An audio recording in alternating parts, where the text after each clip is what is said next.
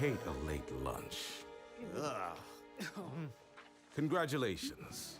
You didn't disappoint me. Now for your next assignment.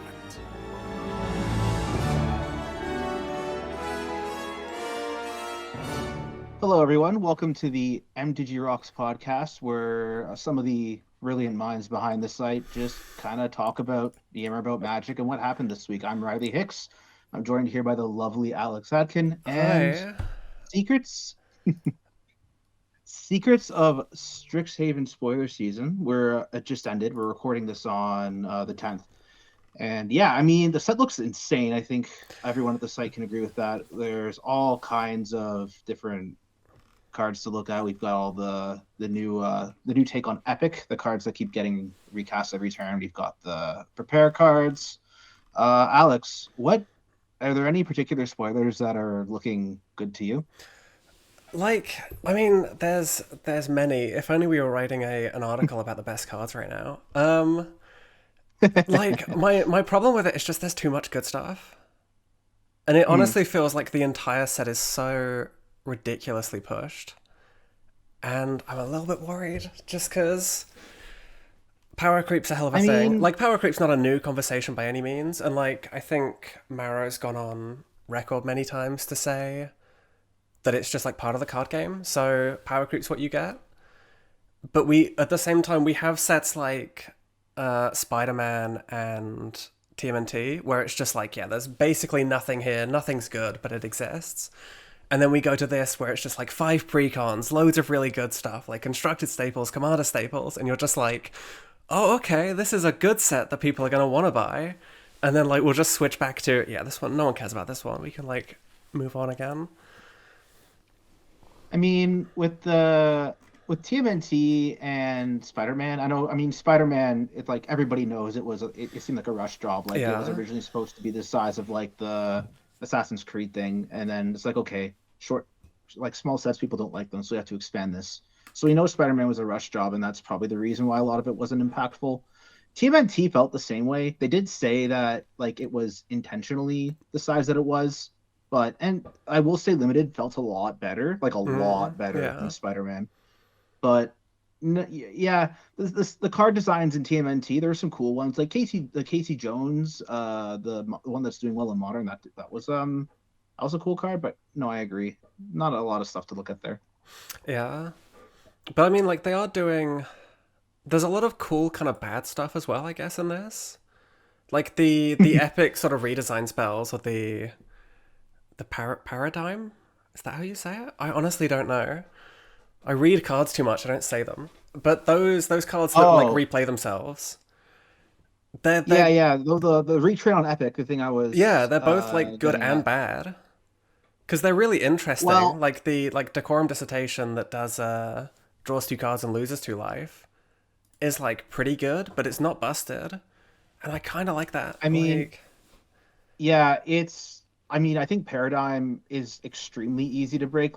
For reference, Epic, when it first came out, I believe in one of the Kamigawa sets, you cast an Epic spell and it recasts itself every turn. Yeah. You're not allowed to cast anything else. That's the only thing you can do for the rest of the game. I forgot that was the downside. That's completely busted. Yeah, so these let you cast other things while you repeat them. You only get it once, though. You can, I know when I was looking at improvisation capsule, which I am super duper high on for Commander. We've had this conversation, and Alex does not think it's as good as I do, but I think it's really good in Commander.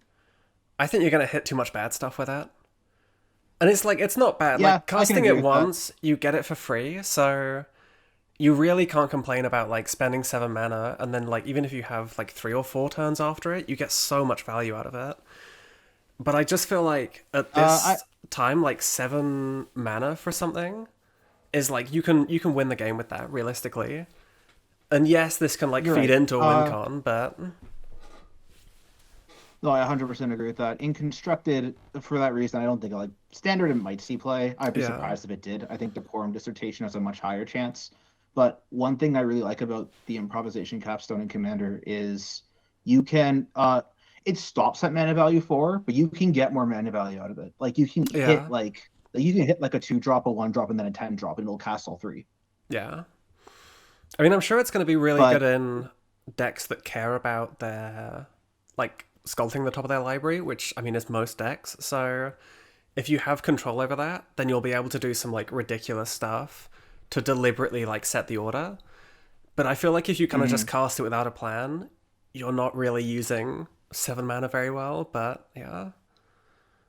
yeah, I can agree with that. Like, excuse me. Yeah, like the thing about the paradigm cards, and it's kind of what you said, like they're really bad value on their first cast. You need to Yeah. resolve it a few times to get your mana's worth out of it.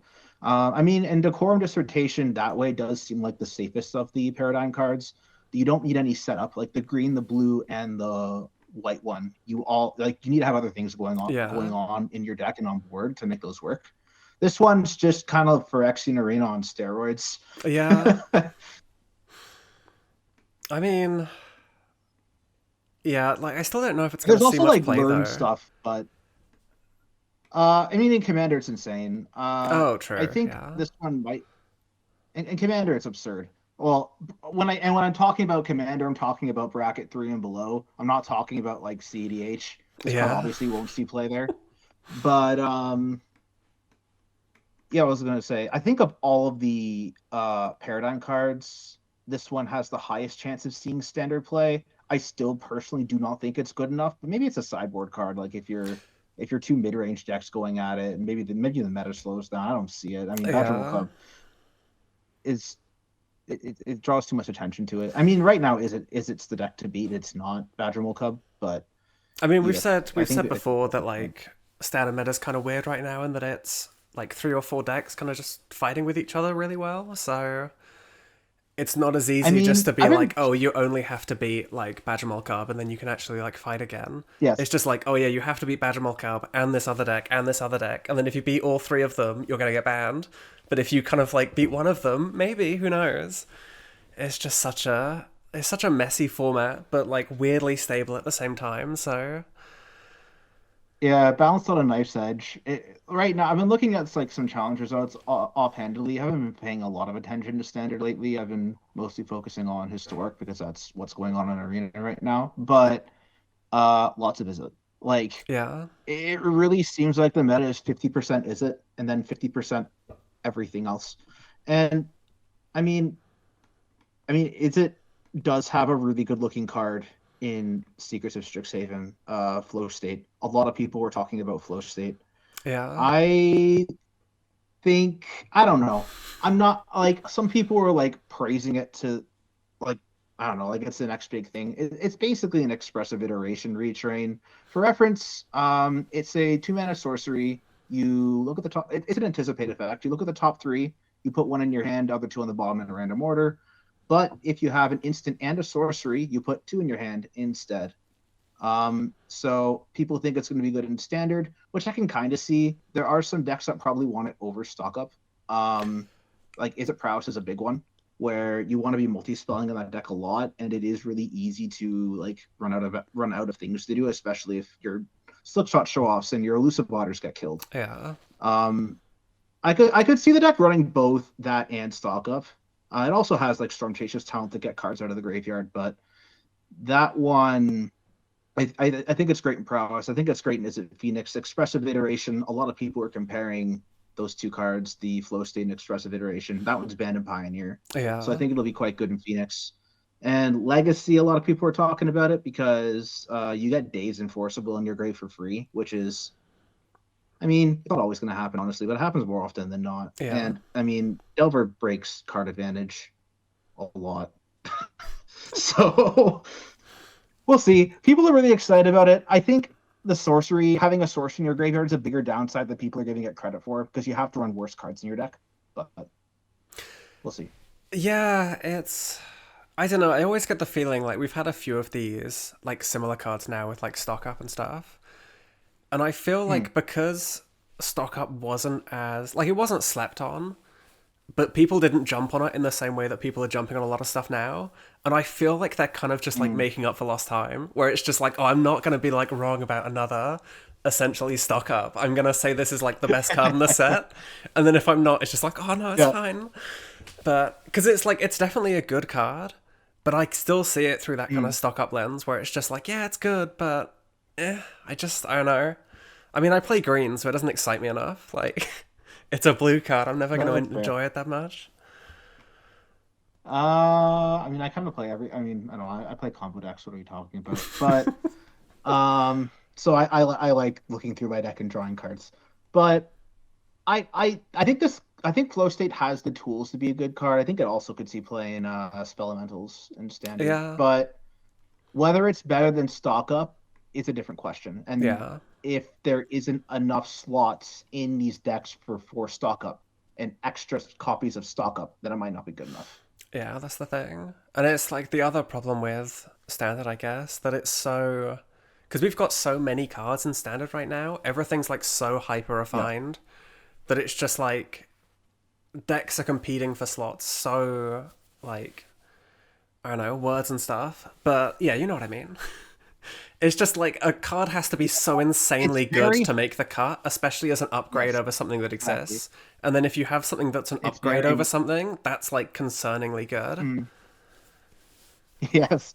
Yeah, that's a good point. It's very, very, very hard. I mean, that's true for any format now. It's like the bar a card needs to be at to impact a format is crazy. Like Emeritus of I think it's Emeritus of Ideation, the one that Ancestral recalls. Yeah.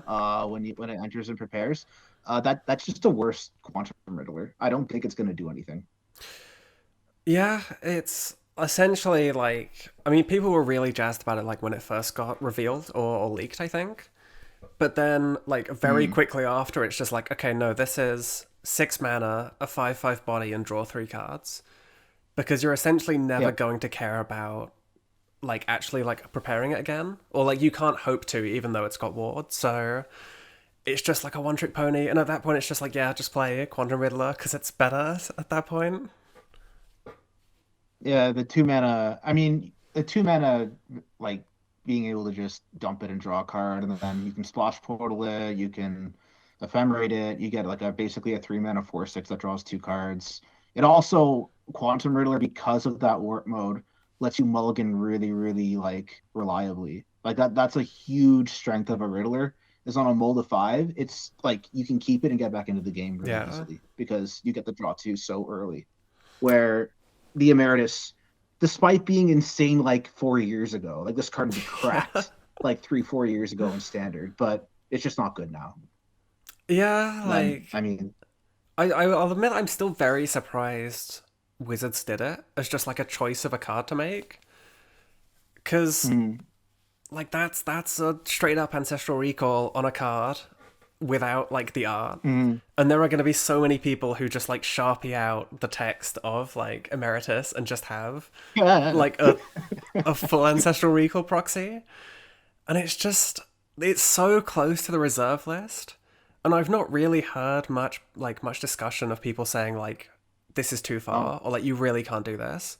People seem to be pretty chill with it, and... Yeah, I do. I mean, I can't say I like the reserve list. I don't think that's a controversial opinion at all.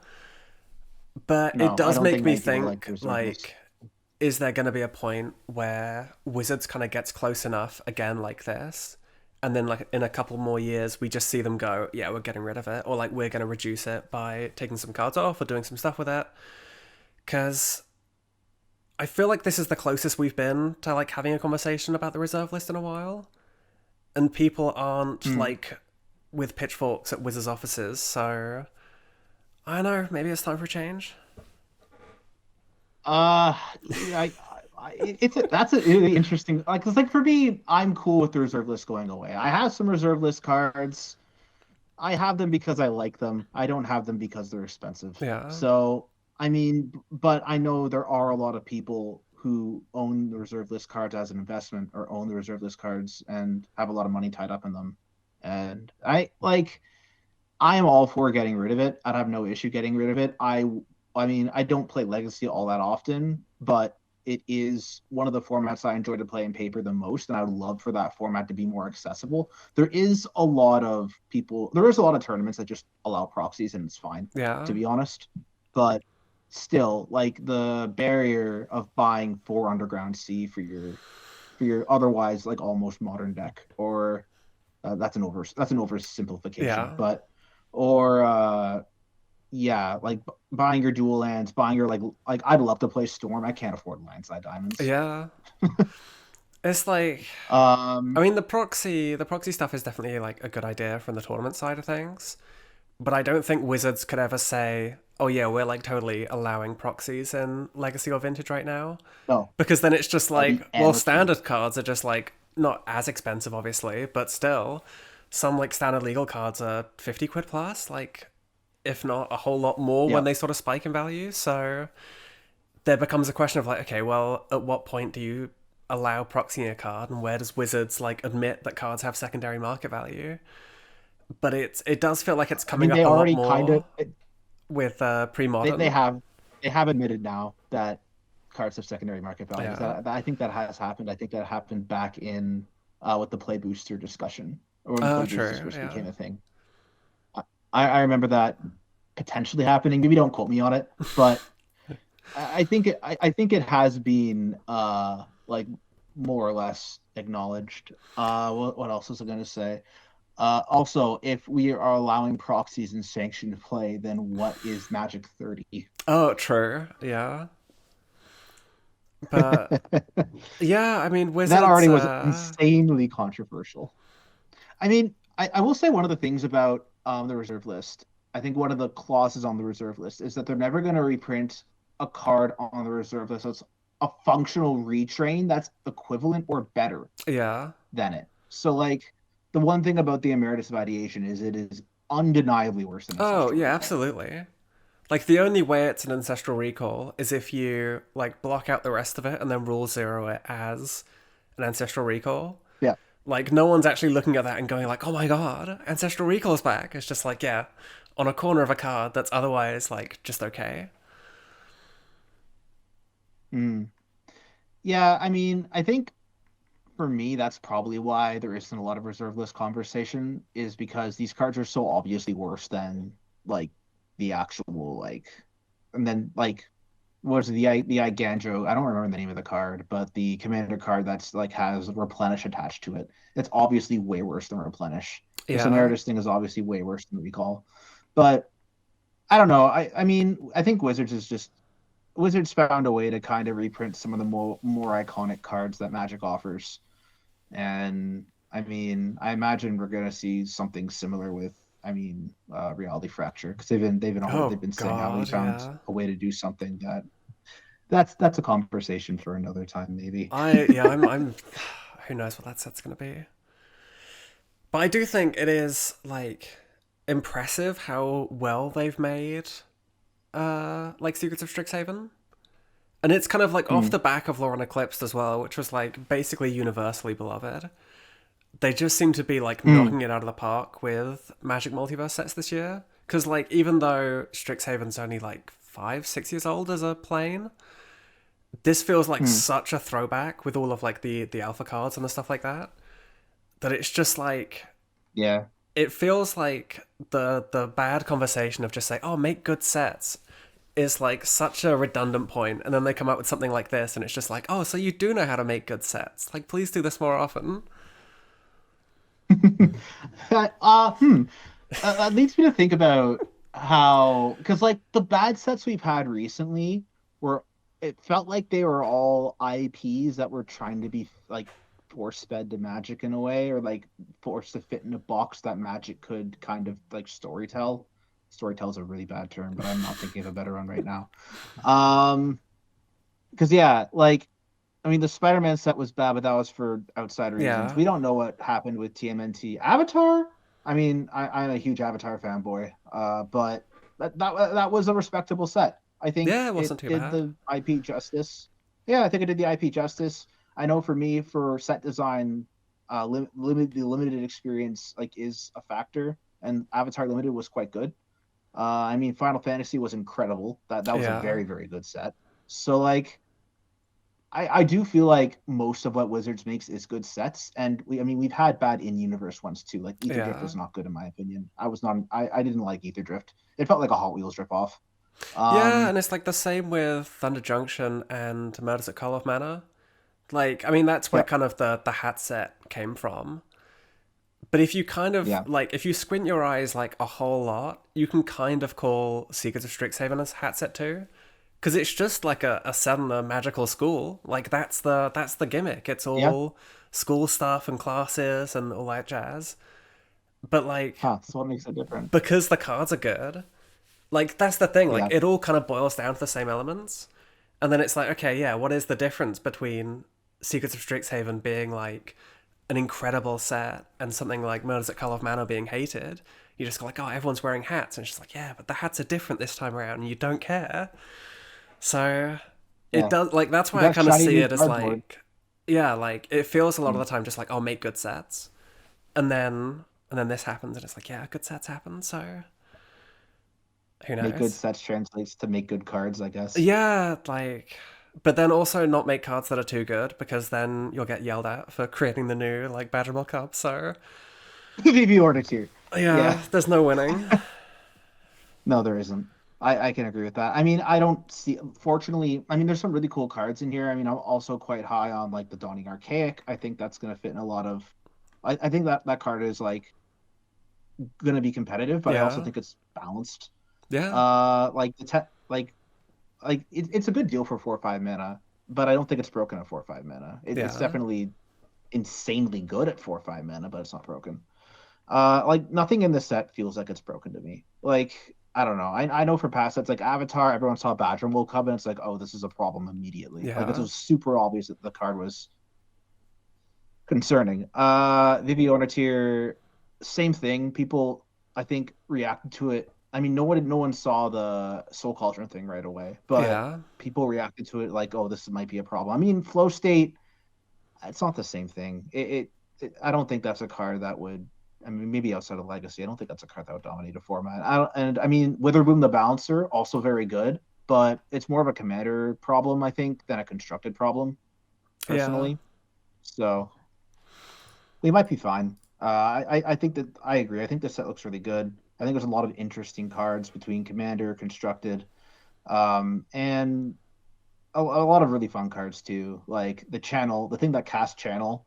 I love that. yeah. That's so fun. It's such a bad card, Oh, but absolutely. It's like I'm like really I'm gonna be excited for to see what this set does, like competitively, even for like just Rogue Brews, because it's like even if it doesn't have mm, a huge like format shifting impact, you know people are gonna try like using those kind of cards to be like, I will get a win using channel, and it will be like the talk of the event for as long as I'm there. sadly the channel card is commander legal, I think. But Oh no. still, like yeah, like maybe like dual commander or something. But Yeah. I even there, that card is so bad. I'm gonna cast channel, but that card is so bad. Uh yeah, I mean, we still have a week until Secrets of Strixhaven comes out, so it'll still be some time before we see how the set impacts things. I think the first that people will get to play with the cards is the early release on Wednesday.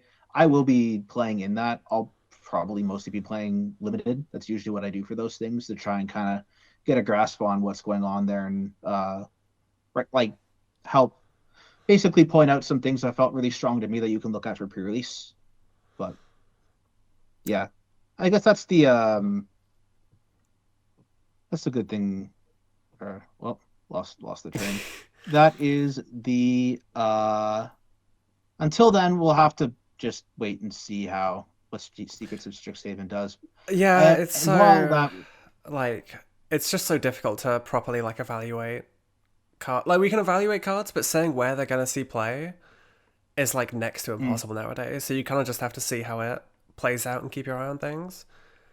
But yeah, I mean, we do it a lot. We always give our personal best cards for yeah, each set, whether it being commander, whether it being constructed. And I mean, I'd say we've been right, but we've also been wrong.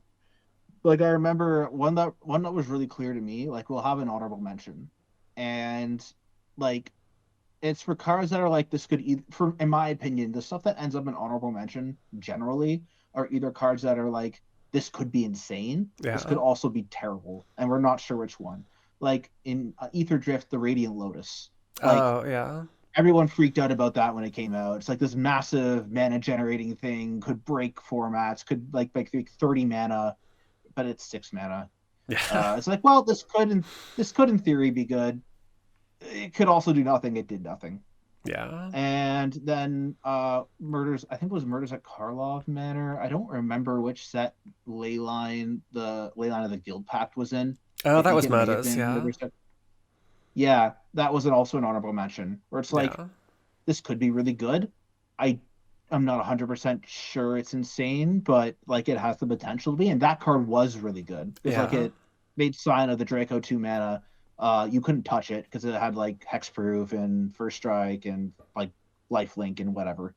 And it like destroyed modern and the Cascade decks for a little while. I think Yeah. that was before MH3, but for a period of time that was the meta, and I think Violent Outburst got banned as a result. Yeah, like it's there are definitely cards like that I mean sometimes things just get missed. Like I mean with Vivi or not Vivi, Yeah. Nadu. Like Wizards just totally goofed on Nadu. And Yes. like players didn't, but it's like sometimes yeah, just things like completely slip through the cracks. But equally it's like when a set launches, the meta will shift and sometimes it'll just shift enough that new stuff will emerge.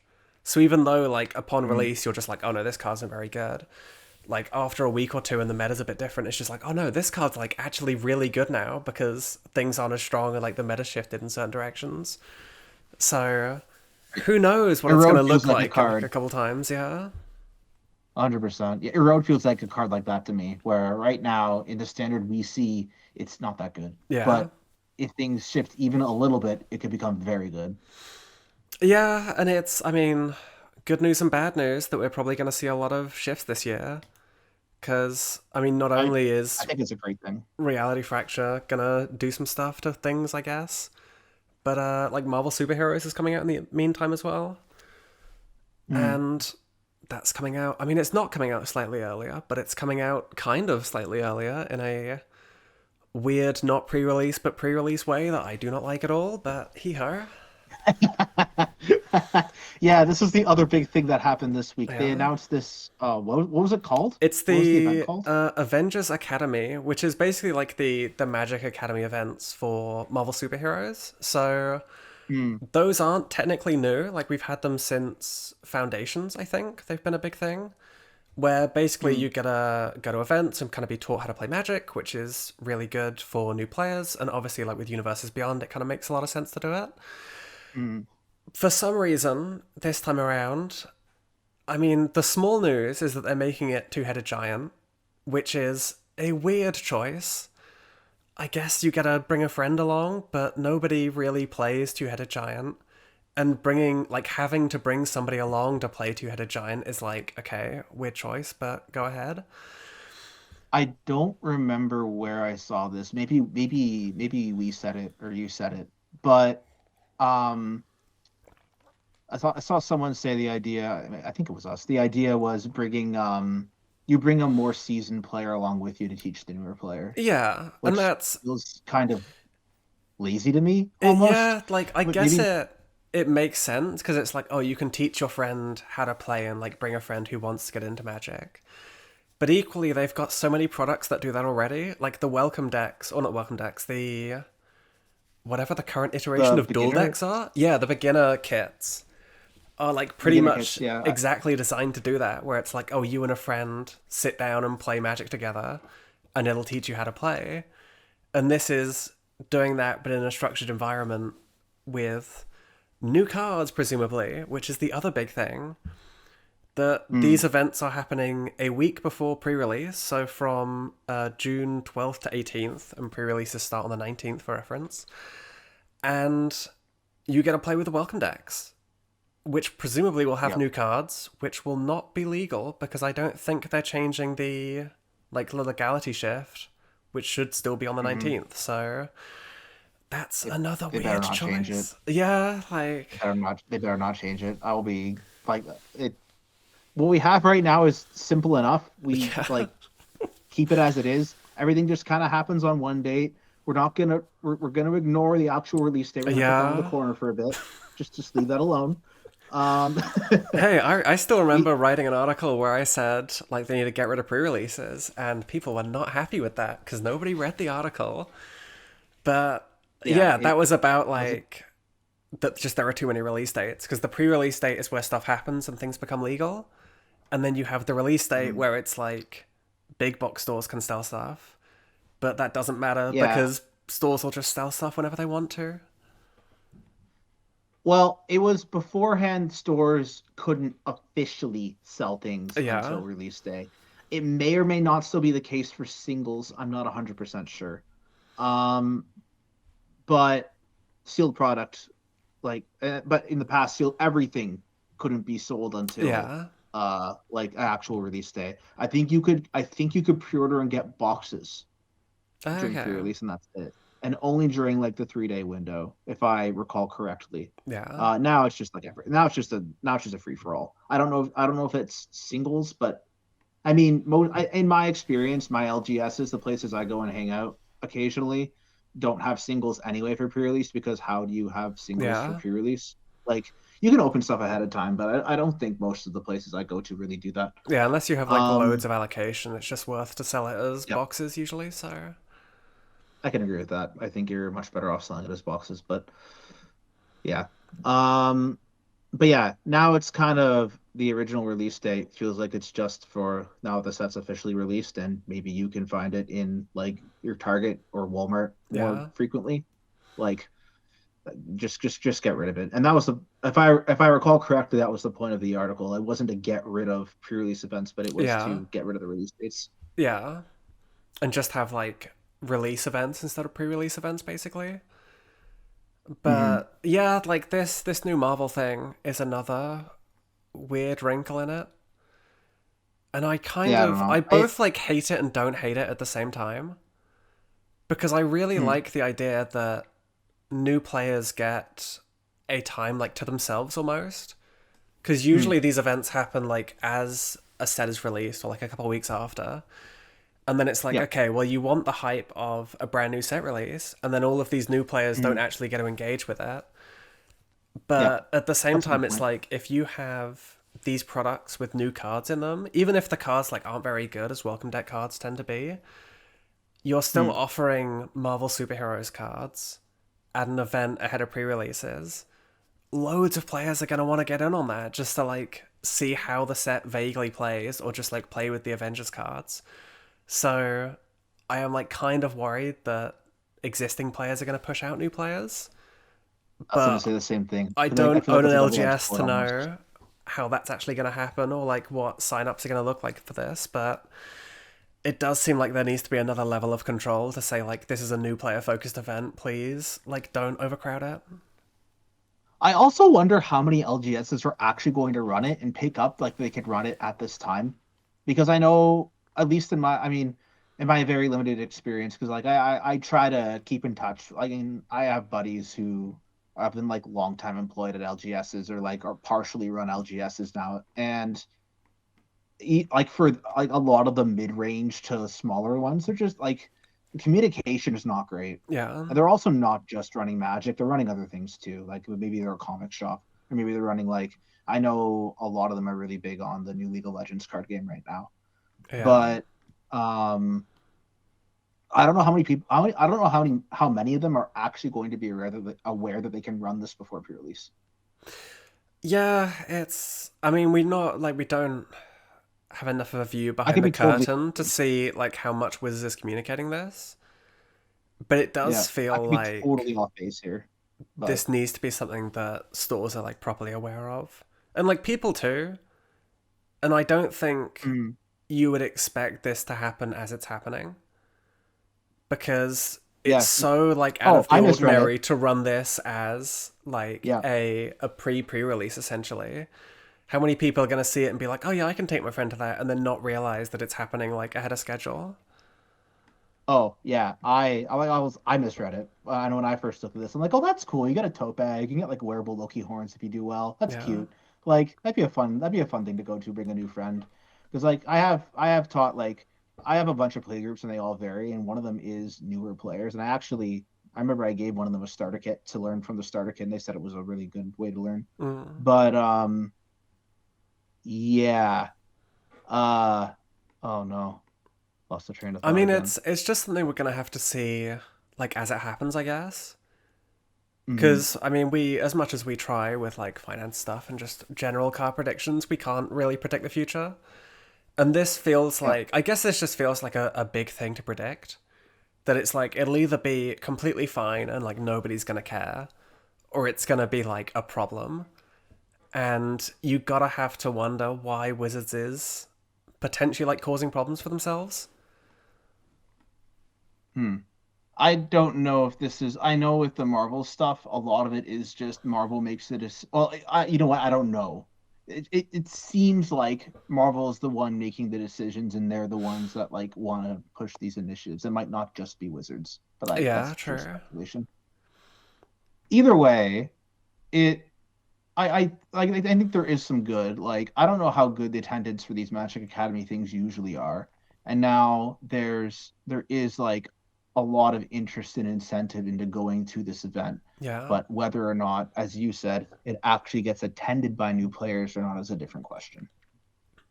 Yeah, it's definitely gonna be a weird environment. Like, especially depending on how many stores choose to run it, but Yep. we can only kind of wait and see how that actually happens because we're still a way away from it.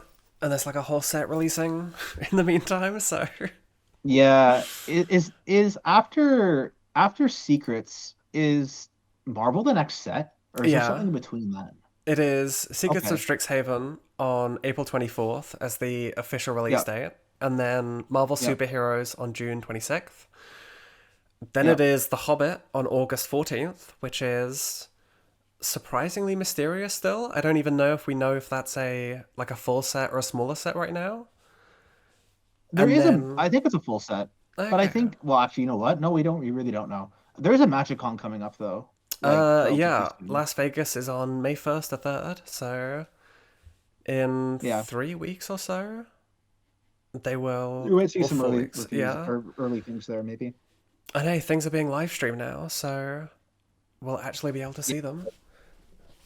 I mean everything. Yeah, like well, most of the panels. I think Yeah. they said all of the panels, which will be nice for us. But and it'll be interesting. Like the spoiler panel being live streamed on like the Magic channel on Twitch and YouTube and all that. That'll be a big deal. There'll be a lot of people watching that. Because up to this point, if you wanted live spoilers and you haven't been and you're not at the MagicCon, you're just refreshing Twitter or Yeah, you're it'll be refreshing the nice news chat. to like not be there in person, but be there as like as close as possible, I guess. Because otherwise, Yeah. you're kind of just sat like, I know I spend a lot of time like refreshing Reddit, and then it's like, okay, a really poorly cropped card has come up. Time to go over to like Twitter or Blue Sky and see if Wizards has Oh, posted like the official version of it because they live tweet it.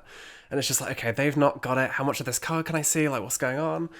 And like, at least this time, as long as they've got like a decent camera angle, we should be able to just be like, yeah. oh, hey, a new spoiler. Cool. Let's like talk about it rather than struggling constantly. Let's hope. Yeah. I for some reason feel like something's going to go wrong, but let's hope. Yeah, you don't know.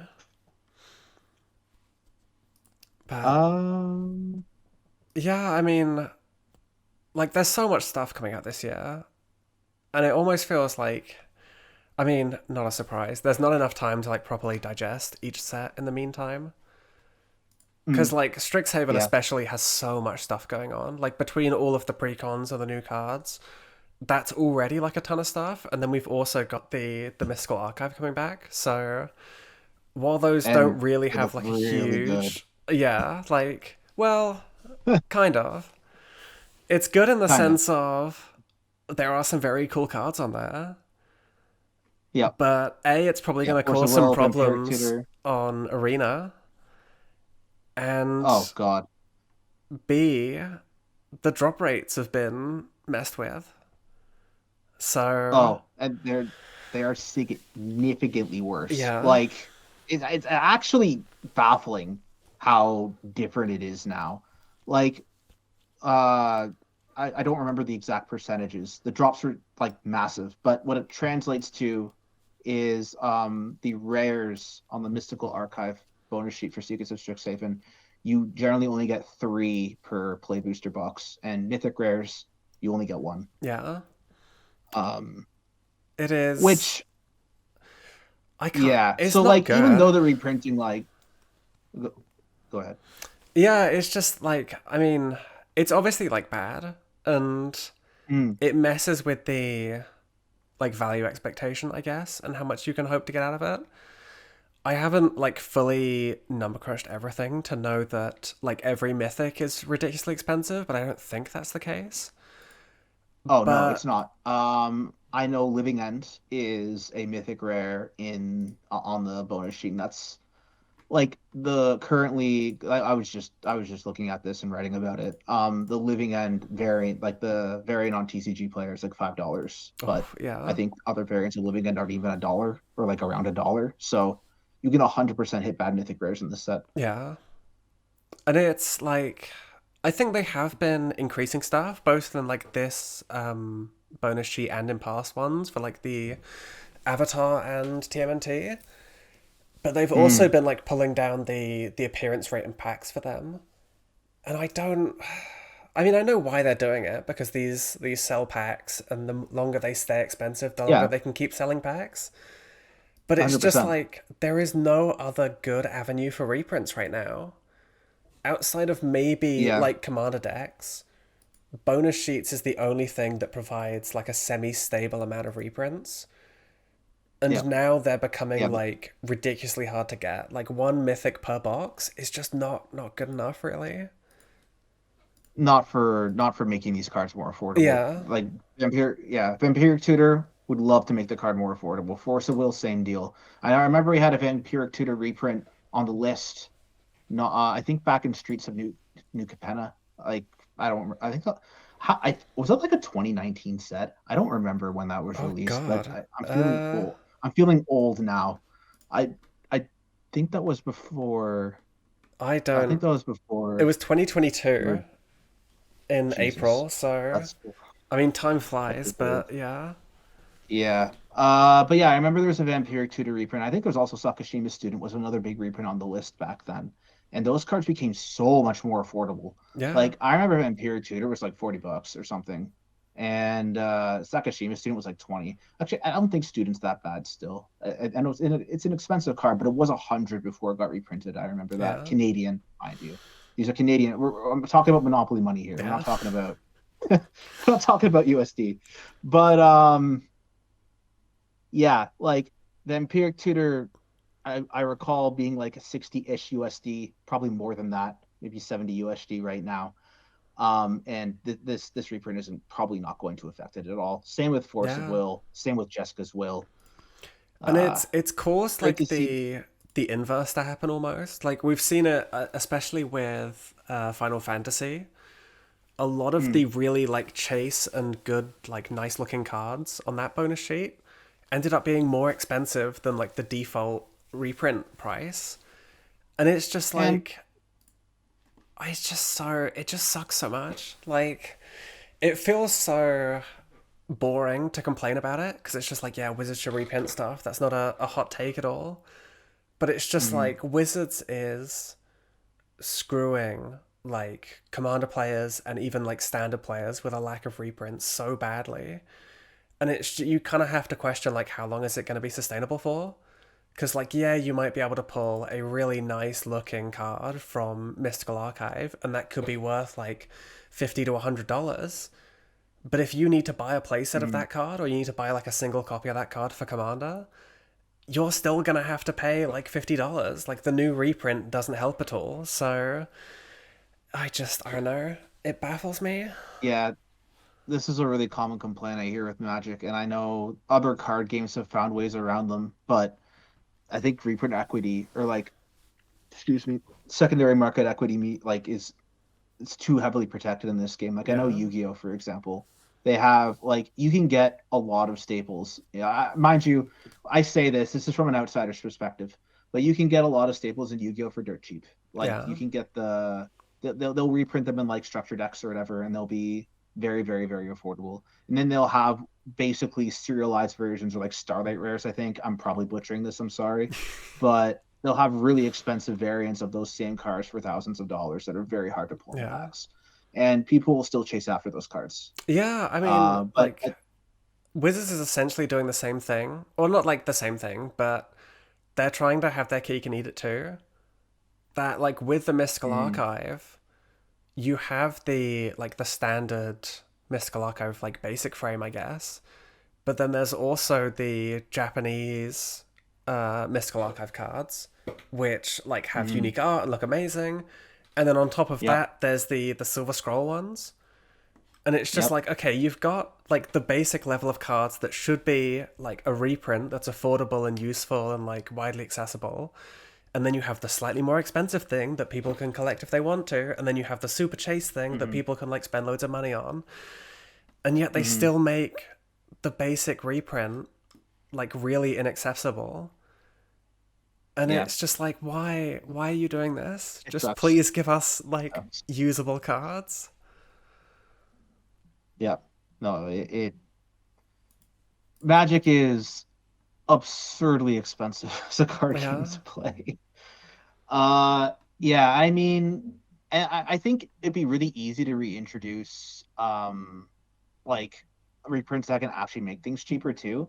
But I mean, like even recently, we still had I think the last one was like the Innistrad remastered booster like product, and I mean, wasn't the most popular product. I don't think people are super excited about it, but it did offer reprints that made things cheaper, Yeah, and now that's gone. that was from the weird era of remastered sets. Like, I don't particularly know That what Wizards was doing then. Because they did. that was before Universes Beyond though, I think. Or Yeah. like before it was what it is now at Yeah. least. Like being half a calendar of set Yeah, the last one releases. we had was last year in 25. But yeah, I didn't like. I never particularly knew what they were doing then because they had two really strong ones in like Dominaria and Ravnica. And then, like, Mm. when they got to Innistrad, they were just like, yeah, we don't actually have enough cards to fill out this plane, so we're just going to start, like, pulling stuff from other places and calling it a day. And then it's just like, yeah, how are you meant to continue doing this? Like, how many more planes do you think you can do with, like, when you're already running out of ideas? But yeah, they removed those. When did they remove those? I mean, technically last year, but in like Yeah. mid last year, August around, they confirmed that master sets as like a product line, I guess, are dead entirely. And I think they said they could come back, but like the typical Wizards thing where it's like, we're not doing this anymore. It could technically come back at some point, but we're not yeah, doing this anymore. Yeah. and it's like even if it could come back, the trouble now is that it's all seen through the lens of the universes beyond split. Yeah. So instead of it being like, oh, we've got like 6 or 7 slots per year to like put a set in, we have space for a remastered set. We can like make like Commander Masters or Modern Masters or whatever. It's now like, okay, we have 3 universes within sets we can make. We've already like planned out the timeline for like 2030s or wherever. But it's just like, how are Yeah. you meant to take out, like, especially this year? It's like, okay, choose between Law and Eclipsed, a set that people have been waiting for like literal decades, Strixhaven, that is like doing incredibly well and people like really like at the moment, or Reality Yeah. Fracture, which has like huge consequences. Which one of those you're going to take out to put a set that's just reprints? I don't think Wizards is ever going Yeah. to make that decision, so it feels It like doesn't we're make kind of sense for them to make that just. decision. Yeah. And I guess that's why we've been seeing more bonus sheets, but doing that while they've also been like playing with the numbers of bonus sheets, it's just like, please make up your mind. I mean, I from a limited perspective, I can kind of see it from like we want to reprint these awesome cards, whether it be, I mean, it's not to make them more accessible. They're not going to be cheaper Yeah. to sell sets, but we can't have it mess up the limited environment where like you'll see Force of Will and you'll see Vampiric Tutor or Armageddon even come up, but it won't be very often. And I mean, we saw similar things with like Edge of Eternities. You'll occasionally run into like Strip Mine and Ice Till Explorer, and that was absolute hell.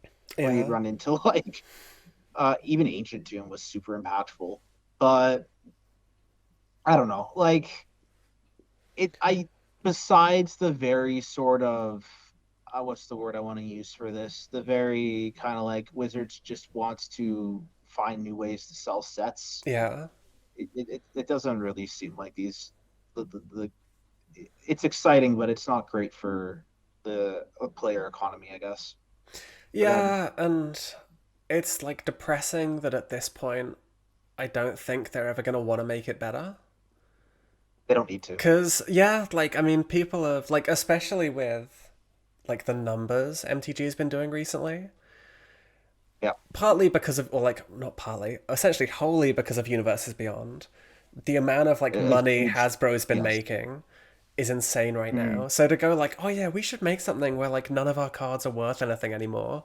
They'll just be like, no, of course not. Like the current system's working.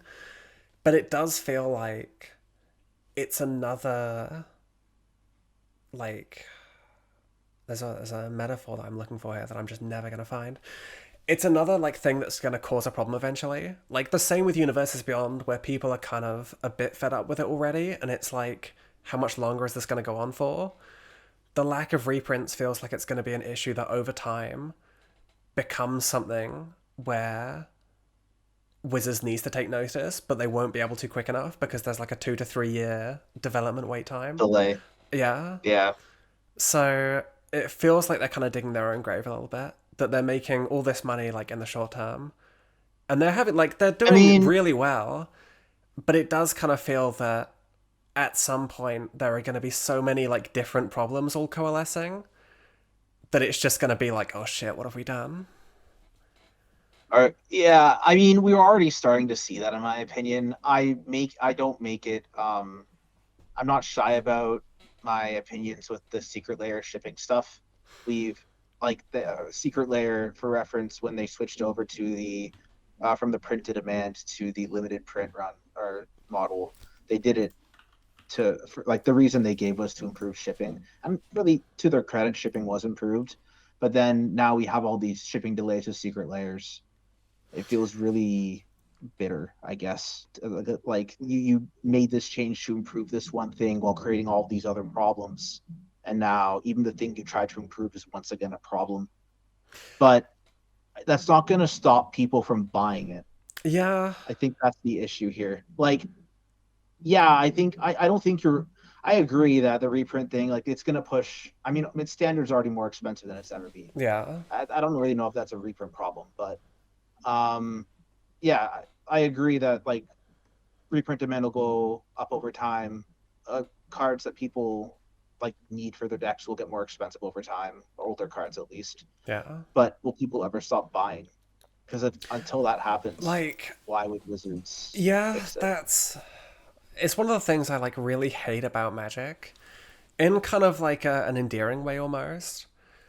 That Mm. there's such a drive for good cards that you just like you can't really make a bad deck. I mean, you can make a bad deck, but it feels bad to make a bad deck. And it's like I was looking at some of the Strixhaven legends, like one of them that came out as like the card image gallery today.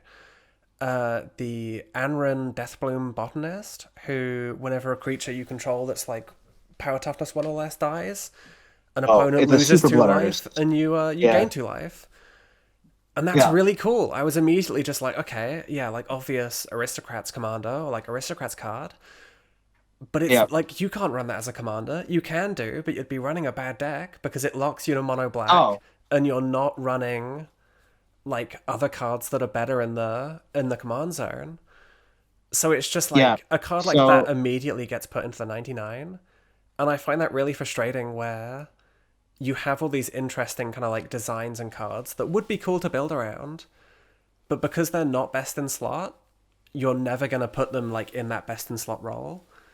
And then it comes the same with like a lot of other cards where it's like, yeah, you could sort of brew with budget options, but unless you're specifically doing that as like a challenge to yourself or like you only have so much budget, you kind of just have to spend the money because it's just like, oh, this card is better and my deck will be better if I run it. So I need to run the better card. I mean, I think that's you. I don't think that's as big of a problem in Commander as it is in like construct. I mean, in competitive Magic, yes, you have to run the Yeah. best variant of the card because it's competitive and you're trying to win. But in Commander, I don't think that's as true.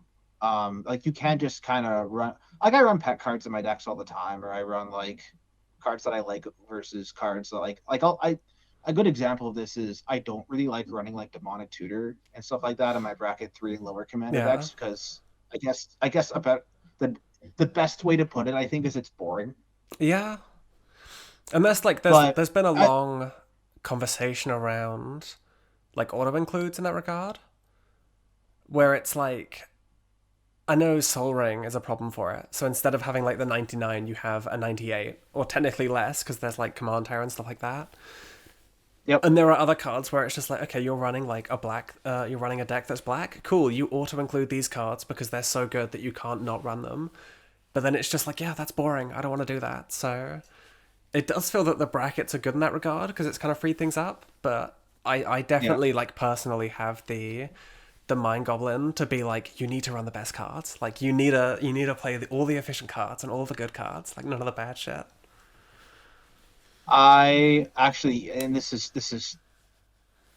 like I guess where for me it conflicts because like you gave the example of the botanist and it cares about one I think power or toughness creatures, and I immediately jumped to Shizo Death's Caretaker, which is basically a better commander with the same restriction in mono Yeah. black. Like yeah, because I built this deck. It's I think it's a five. I don't remember the stats on it, but it's a 5 mana. Oh, it's a 5 mana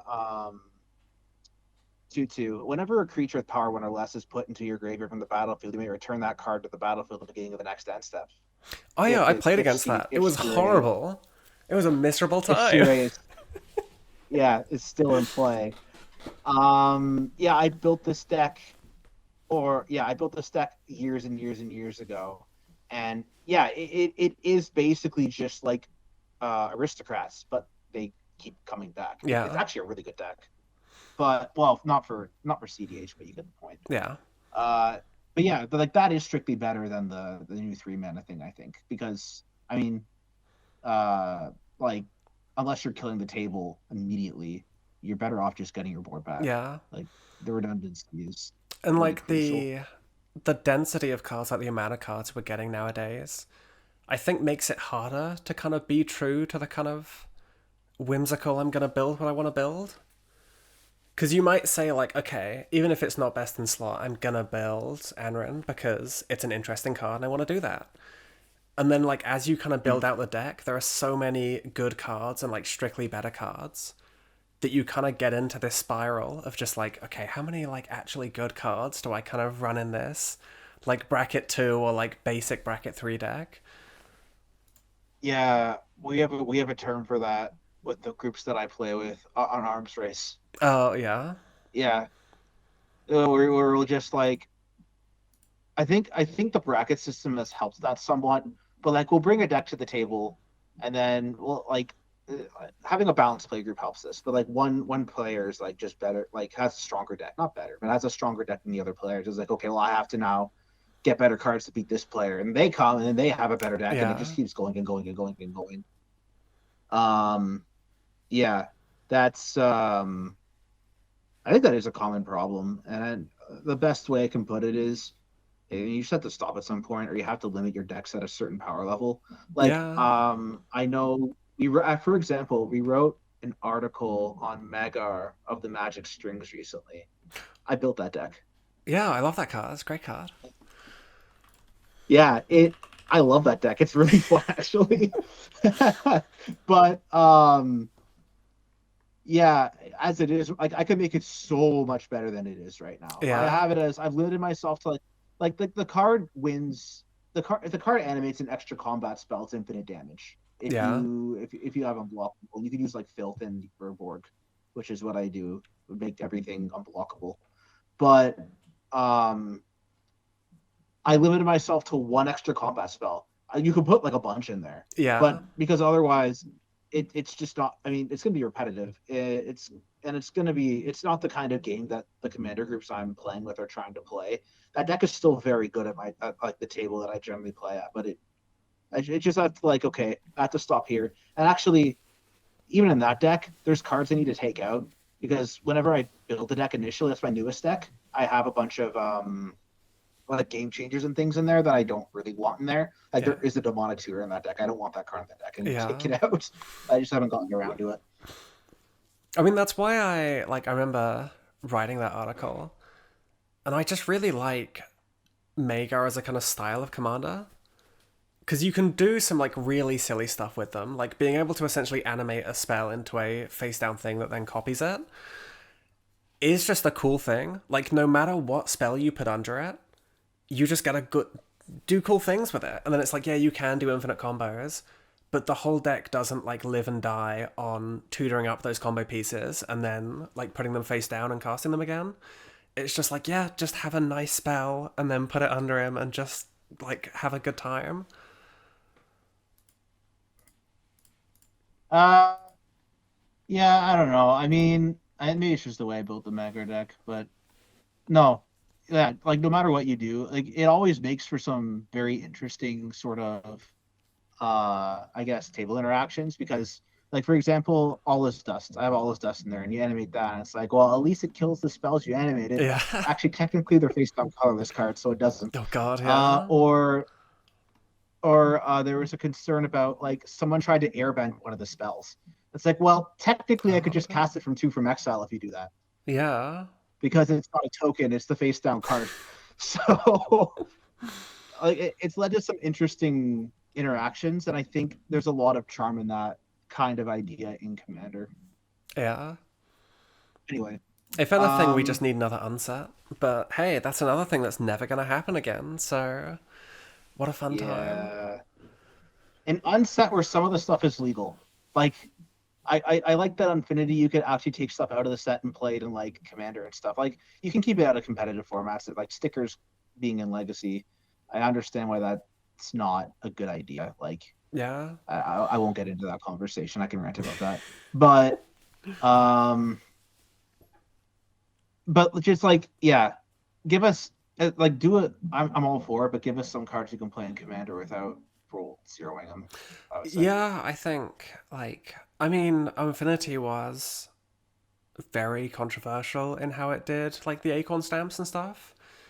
And yes. I do think a big part, I mean, like I'm biased, I love unsets and stuff, but I do think a big part of that was just like creating stickers and attractions as a mechanic.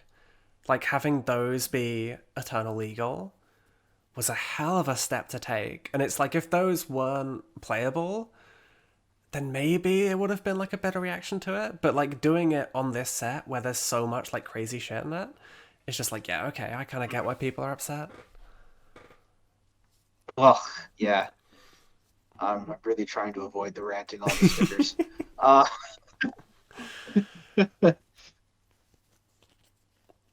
But yeah, I mean, I don't know. That was a hell of a tangent. Yeah, we've gone a long way from Strixhaven, but hey, we'll get back there eventually. I don't know. I mean, there's still a long time before the set releases, really. Like, we've still got a week, essentially, until pre-releases happen, so... And I think the thing we have to look forward to in the next week, apart from the press preview that some people are invited to, must be nice, is that I think we're getting... You know, I probably could get you invited to. Yeah, I think I've had several invites, but I just don't respond to my emails because I'm a terrible person. But I think, like, as actual news, we have Secret Lair stuff coming out soon. It is still...